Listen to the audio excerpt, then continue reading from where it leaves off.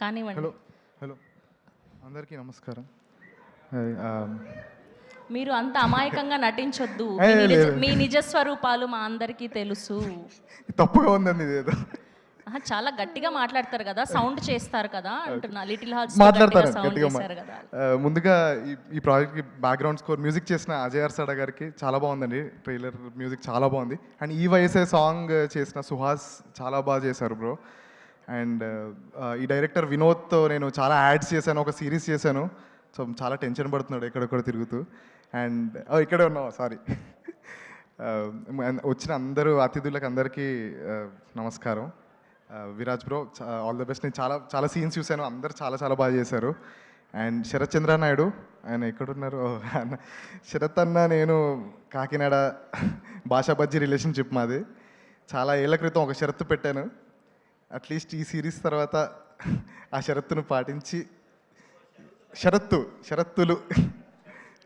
షరత్తుకు పెట్టిన షరత్తు, I think ఆ షరత్తు ఒప్పుకుంటున్నారు నాకు. Very very happy for you అన్న. చాలా ప్రౌడ్గా ఉంది శరత్ బ్రో. అండ్ ఈటీవీ సంస్థ సాయి అన్న, యాజ్ యూజువల్ అందరికీ ఆల్ ద బెస్ట్, కంగ్రాచులేషన్స్.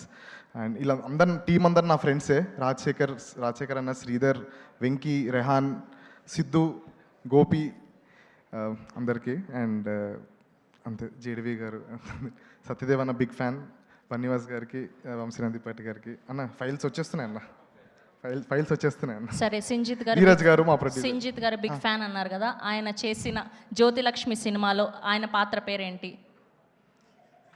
మేము జ్యోతిలక్ష్మి రామభద్రు గురించి మాట్లాడతామండి. మేము రామప్ప బతికిపోయా. తర్వాత సమవర్తి అని ఇంకో సినిమా చేస్తున్నారు, మళ్ళీ ప్రమోషన్ అంటారు. ఓకే, ఫోన్లే ఒకటన్నా చెప్పారు, బతికించారు. చెప్పారు. ఓకే, థ్యాంక్ యూ అండి. Thank you so much Sanjit గారు. అది కదా శరత్ గారు చేసిన చిలిపి పనులా చెప్పమంటారా? శరత్ గారు చేసిన చిలిపి పనులు కాదు, ఇక్కడికి ఎవరైతే గెస్ట్లుగా వచ్చారో వాళ్ళ ఫ్రెండ్ అంతే. సరే, ఈ సినిమాలో పార్ట్ అయితే కాదు కదా, పార్ట్ ఇండైరెక్ట్ గా ఒక పార్ట్. ఒకవేళ మీరు గతం మర్చిపోతే మీకు ఎలాంటి మెమొరీని గుర్తు చేస్తే మీకు గుర్తొస్తుంది చెప్పండి. మీరు చేసిన అతి తుంటరి పని ఏంటి చెప్పండి. కాకినాడ ప్యాలెస్ థియేటర్ ఫుల్ ఉండేదా, ఎప్పుడు ఖాళీగా ఉండేదా? తెలియదండి, గుర్తులేదు, మర్చిపోయాను అంతా. ప్యాలెస్ థియేటర్ ఏంటి మర్చిపోయారు ఆయన, గుర్తు చేయాలి మరి ఇది కూడా ఆయనకి. శరత్ గారు, మీరు ప్రొడ్యూసర్ అండి దీనికి. సరే, ఫ్రెండ్స్ కదా, అలానే ఉంటుంది ర్యాగింగ్, పర్లేదులేండి.